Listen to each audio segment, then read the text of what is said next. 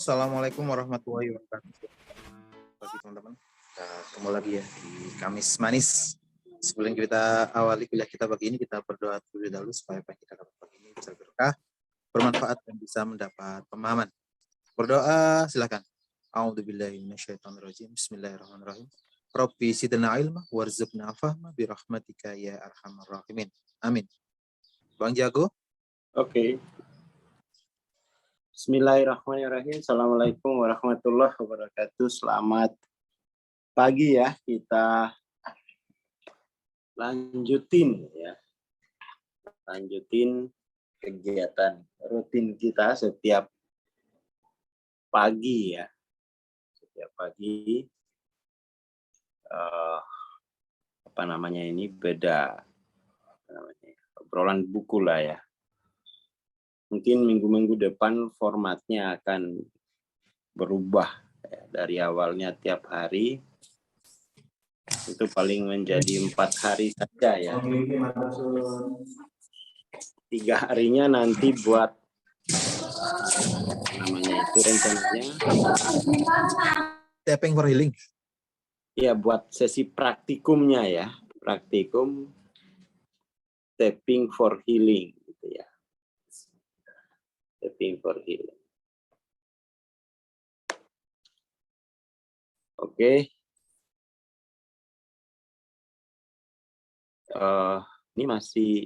Ini di Solving Iko ya. Di bukunya halaman 126 ya, 126. Kalau di PDF saya ini 124.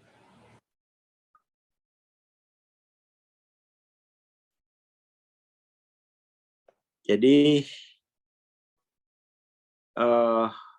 ini bagus ya. Semua pemikiran dari sudut pandang spiritual itu hanyalah kesia-siaan, ilusi, dan keangkuhan gitu ya.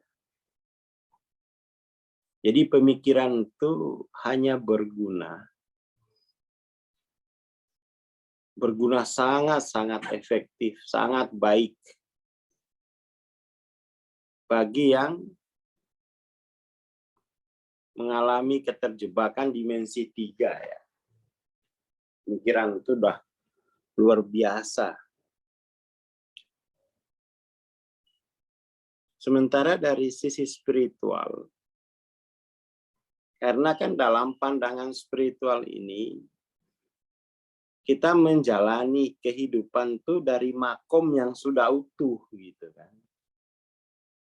Sudah utuh. Kehidupan ini utuh. Maka kemudian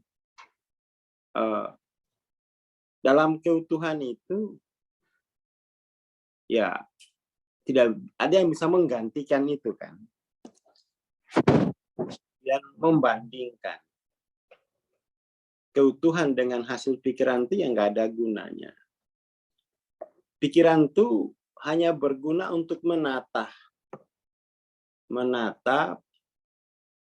potensi-potensi ya dalam keutuhan tadi di alam tampak. Ya hanya menata itu gitu kan. Jadi potensi di alam tak tampak itu ditata di alam tampak itu dengan pikiran gitu kan. Kegunaan pikiran itu punya kegunaan praktis semacam itu. Tapi kalau kita menggunakan pikiran untuk menjadi dasar filosofis, yaitu sia-sia. Gitu. Menggunakan pikiran untuk menjadi dasar ideologis, ya itu banyak kacaunya gitu kan. Jadi pikiran itu punya kegunaan pada sisi praktis, menata-nata. Semakin sedikit orang berpikir, kehidupan itu semakin menyenangkan. Artinya semakin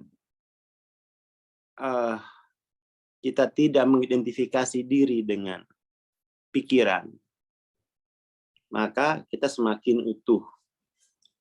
Ini kan maksudnya ini yang sia-sia ilusi keangkuhan ini. Maksudnya itu kan identifikasi diri dengan pikiran itu kan sia-sia, ilusi, keangkuhan gitu. Itu maksudnya. Semakin sedikit kita mengidentifikasi diri dengan pikiran, semakin menyenangkan kehidupan. Tapi kalau dalam kegunaan praktisnya, pikiran itu menata dunia itu memang berguna gitu. Tapi dalam kegunaan spiritual, identifikasi diri dengan itu angkuh.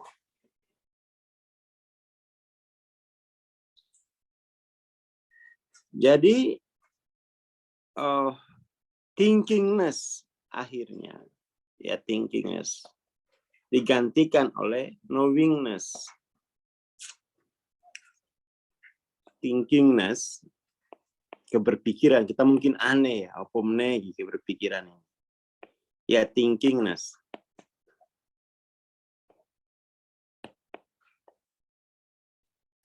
Dunia pikiran akhirnya ya, digantikan oleh dunia bersaksi gitu ya. Bersaksi.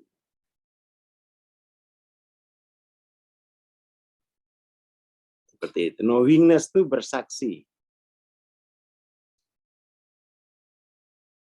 Keberpikiran digantikan oleh kebersaksian.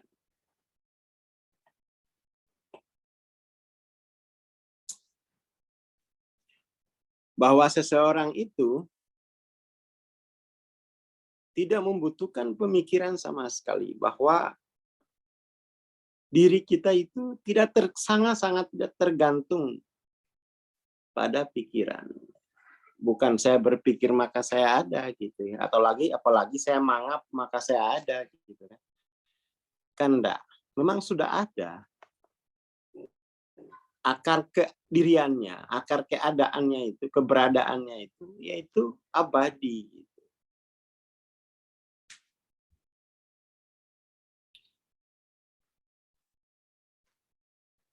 Ini yang paling penting gitu ya. Oleh karena itu, membuat keputusan untuk melampaui percakapan mental dan ocehan tak berguna itu sangat bermanfaat. Sangat-sangat bermanfaat. Artinya begini, mempercepat evolusi kesadaran dari intelektual ke spiritual itu menyenangkan ya. Kita kemudian masuk ke dalam kehidupan yang serba utuh. Kita memasuki kehidupan itu di tingkat dasarnya, yaitu tingkat potensi.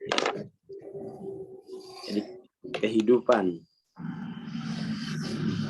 yang jadi memasuki kehidupan itu di tingkat potensinya. Bukan kemudian kita mengejar yang aktual gitu ya. Itu yang paling berat itu adalah menggeser kebiasaan jiwa kita pada asas perolehan. Apalagi pas sakit. Wah, kepingin sekali itu buru-buru pingin sembuh gitu ya. Itu udah manusiawi banget. Namanya sakit itu ya buru-buru pingin sembuh. Makanya rumah sakit itu melihat itu, bisnis itu, ada kebutuhan untuk segera menghilangkan gejalanya. Tapi tidak ada kebutuhan untuk memahami sebenarnya ini potensi apa gitu ya. Jadi kebutuhan perolehan itu lebih tinggi daripada kebutuhan kebersaksian di Indonesia itu. Lah itu makanya dukunnya payu gitu ya.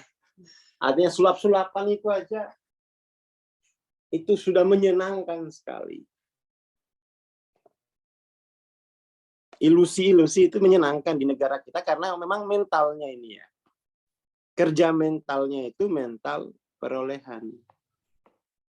Meskipun beragama, padahal itu sesungguhnya ini orang beragama itu tidak bermental perolehan. Orang beragama itu mentalnya bermental hikmah. Mampu melihat akar, ini apa sebenarnya. Mencari itu. Gitu. Jadi, pada akhirnya pagi ini kita mesti gugat keberagamaan kita ini, keberagamaan cap apa sih sebenarnya ini? Kok tidak terlihat dalam perubahan kepribadian? Ya. Kok tidak terlihat dalam perubahan model dunia gitu. Ini agama cap apa itu mesti kita gugat sendiri ya. Sebelum ditertawain sama film kartun. Ya. Kata apa itu ya? Bahwa uang itu lebih manis daripada madu gitu. Itu kan perolehan. Uang itu lebih manis daripada madu. Apalagi gosip, oh lebih manis lagi daripada uang. Itu film SpongeBob gitu ya. Uang itu lebih manis daripada madu dan gosip itu lebih manis dari uang. Nah itu. Jadi ini nih keberagaman kita itu tidak menghasilkan model dunia yang seharusnya dimiliki oleh orang yang beragama. Gitu. Justru kalau lihat perilakunya itu, ini bahkan orang intelektual aja itu tidak mau memperagakan itu. Tapi itu justru orang yang beragama memperagakan itu. Gitu. Aneh. Makanya kemudian orang yang nggak usah beragama sekalian. Uang mentalnya orang beragama itu bahkan tidak diperagakan oleh orang yang intelektual. Padahal kan intelektual itu kan di bawahnya orang beragama mestinya.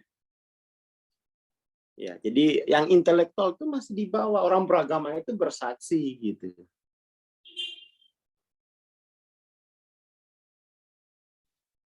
Nah, ini kita perlu menumbuhkan sebuah masyarakat baru ya. Masyarakat yang beragama yang mampu bersaksi. Kalau sudah mampu bersaksi jangan ditanyain mampu berpikir enggak. Wah, itu kecil, cuma nata-nata doang gitu kan. Nata-nata doang. Jadi berpikir itu kemudian mendorong kita untuk terus memperoleh. Seperti itu. Sementara bersaksi itu mendorong kita untuk paling enggak itu bersyukur ya. Namanya bersaksi ya bersyukur terus minimal itu. Minimal.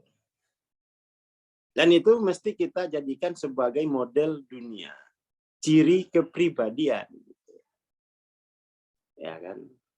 Tapi memang harus disadari transformasi model dunia, transformasi kepribadian itu tidak hadir satu kali, itu proses terus-menerus. Yang disebut sebagai proses spiritual itu apa sih? Proses spiritual itu adalah proses transformasi kepribadian. Itu satu tuh. Atau proses transformasi model dunia. Jadi model dunia itu mengubah kepribadian.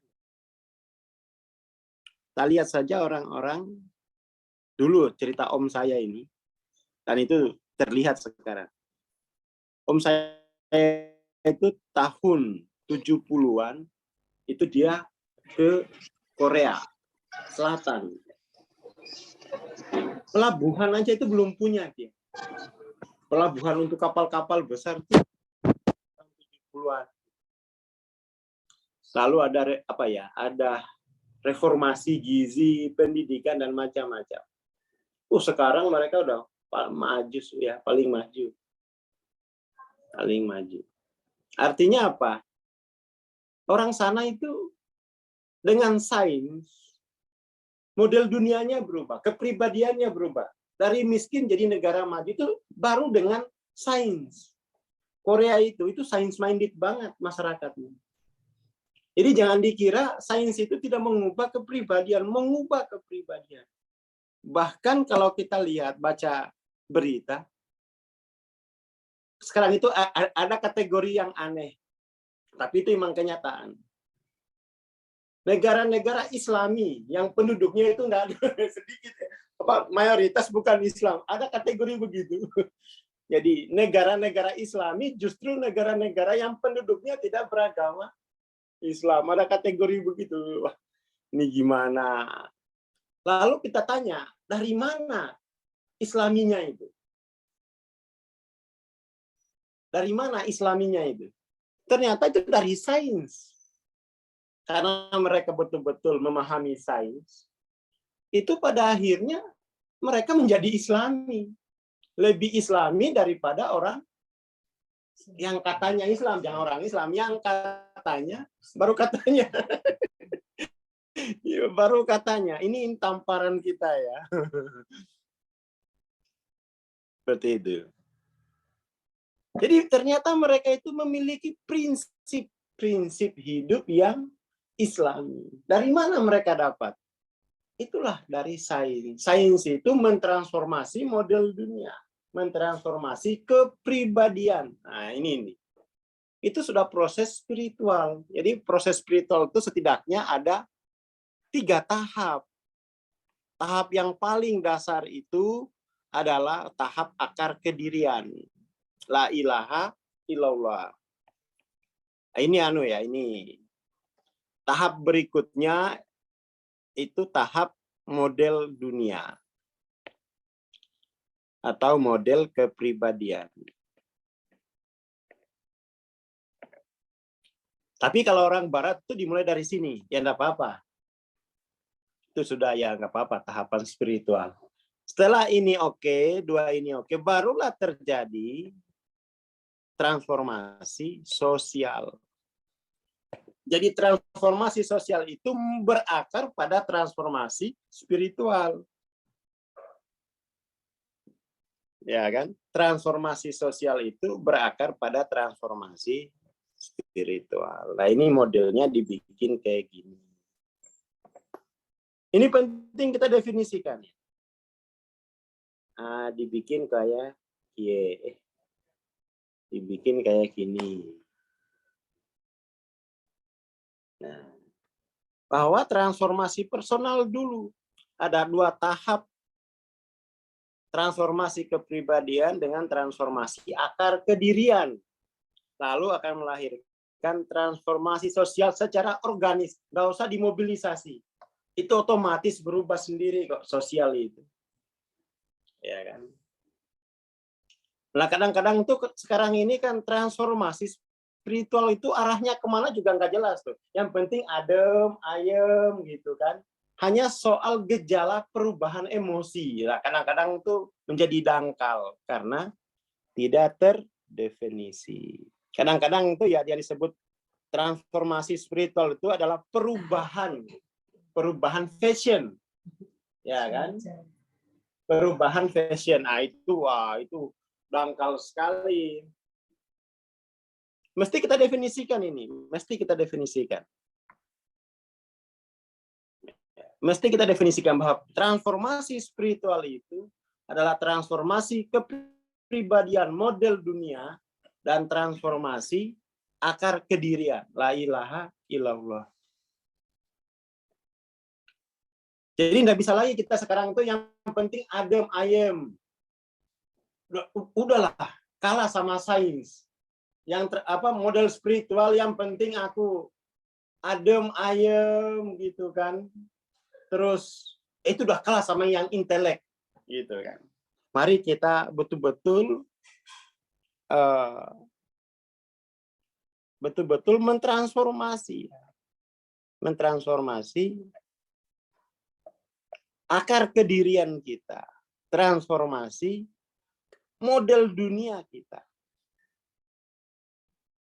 Hanya itu jalannya. Ya kan? Hanya itu jalannya. Nah, sekarang kan kita lagi ribut-ribut soal BBM nih.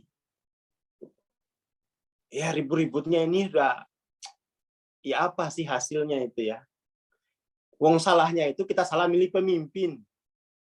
Kita nggak punya arah memilih pemimpin, ya sudah gitu. Jadi malas diajakin kita kritik pemerintah, ngapain?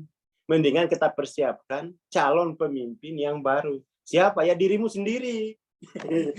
Jangan nunjuk orang lain gitu. Itu ngapain ribut? Itu di grup mana itu ya? Di grup alumni SMA saya, Masya Allah, berbagai macam pemikiran. Ya ngopolele. Dirimu ndak kamu siapin, kamu kritik orang lain. Itu yang disebut dengan pram ya. Pramudia Nantatur, bahwa hobi mengkritik itu ciri over apa itu ya? Overkompensasi, bahwa kamu ndak bisa mengambil arah yang benar dalam hidupmu. Dirimu loh harusnya yang menjadi pemimpin, malah kamu serahin ke orang. Aku nggak usah, biar plonga-plongo aja di alam raya, ya salah sendiri gitu kan. Ya saya lebih memilih, ya gimana Yus, suara kita itu kan sudah diwakilkan, ngapain lagi turun ke jalan, aneh ya. Sudah diwakilkan, harusnya itu yang turun ke jalan itu kepada DPR, bukan kita gitu. Aku sudah ngotor-ngotori jempolku, tinta itu masa harus turun ke jalan lagi? Gimana? Yang harus turun ke jalan itu anggota DPR. Nah, berarti kita salah milih wakil. Ditenono, kata pilih lagi. Tapi kalau dikasih baju kaos, mikir dia. Mikir lagi gitu ya. Siapa suruh salah milih wakil? Ya sudah. Kita itu enggak pernah merenung di mana sih salahnya ini. Kenapa kita masih harus turun? Wong kita sudah menggaji anggota DPR dari DPRD 1 sampai pusat. Harusnya mereka yang turun lah ya. Untung aku nggak milih kemarin, Mas. Jadi aku nggak nuntut, Mas. Randwe wakil. Nah, gimana, Mas? Pesimis aku lihat lagi, Mas. Udah jelas ini. Masih harus ada yang turun lagi itu setelah kita berdemokrasi itu kan aneh gitu kan, sangat aneh menurutku. Untung golput. Jadi kalau golput tuh nggak boleh demo naik BBM, siapa suruh nggak milih ya, nggak punya hak ya wes. Untung golput sudah 20 tahun. Ya karena nggak ada gunanya juga gitu kan. Mestinya itu kan setiap anggota DPR itu punya apps gitu ya, aplikasi yang itu diinstal oleh seluruh konstituennya, kan mestinya gitu.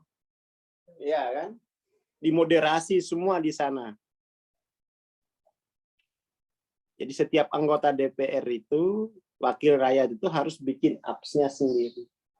Situ download, seluruh konstituennya download. Suarakan aja di situ gitu kan. Ini menurut saya itu ya kira-kira begitu gitu ya. Demo-demo ini kan dari kecil. Aku seumur hidup sekali itu ikut demo itu nyesal aku. Waktu di Jogja. Waktu di Jogja gitu ya. Aku pertama kali di Jogja ikut teman saya, ikut remaja masjid dari PKS gitu, melu aku. Teriak-teriak guys. Pulang di rumah Indomie udah habis makan tikus. Lapar lagi nggak berubah itu. Yes. Jadi memang ini kita tidak tertib ya. Dalam bernegara itu mestinya cukup pakai apps aja. Murah kan itu ya. Dan itu saya kira menjadi forum untuk bagaimana terhubung dengan wakil rakyat kita. Kalau di jalan ini, wah ini udah 5.0 bos. Mestinya ya, mestinya. Kalau di jalan ini kan zaman Majapahit ini. Demonya di apps. konstituennya gitu. Itu ya Mas Camim ya. Jadi sudahlah. Rasa sakit karena BBM naik itu harusnya disikapi dengan minimal ya. Disikapi secara dewasa, aku kudu transformasi spiritual. Biar ini setidaknya ada ada potensi ya untuk menjadi pemimpin. Semuanya murah, kalau perlu BBM gratis. Nah, iso. Soalnya kan yang di DPR hari ini kan yang demo-demo 20 tahun lalu kan itu ya. Tahu aku wajah-wajah. Jadi jelas juga ini. Itu yang demo-demo 20 tahun yang lalu itu kan di DPR sekarang. Iya, memang. Iya kan? Aja ada orang yang demo dulu itu kemana gitu. Ternyata itu hanya isu politik. Tidak substansi, betul-betul ingin BBM itu murah. Hanya politik saja gitu. Ya sudahlah. Kalau politik ya wes gitu ya.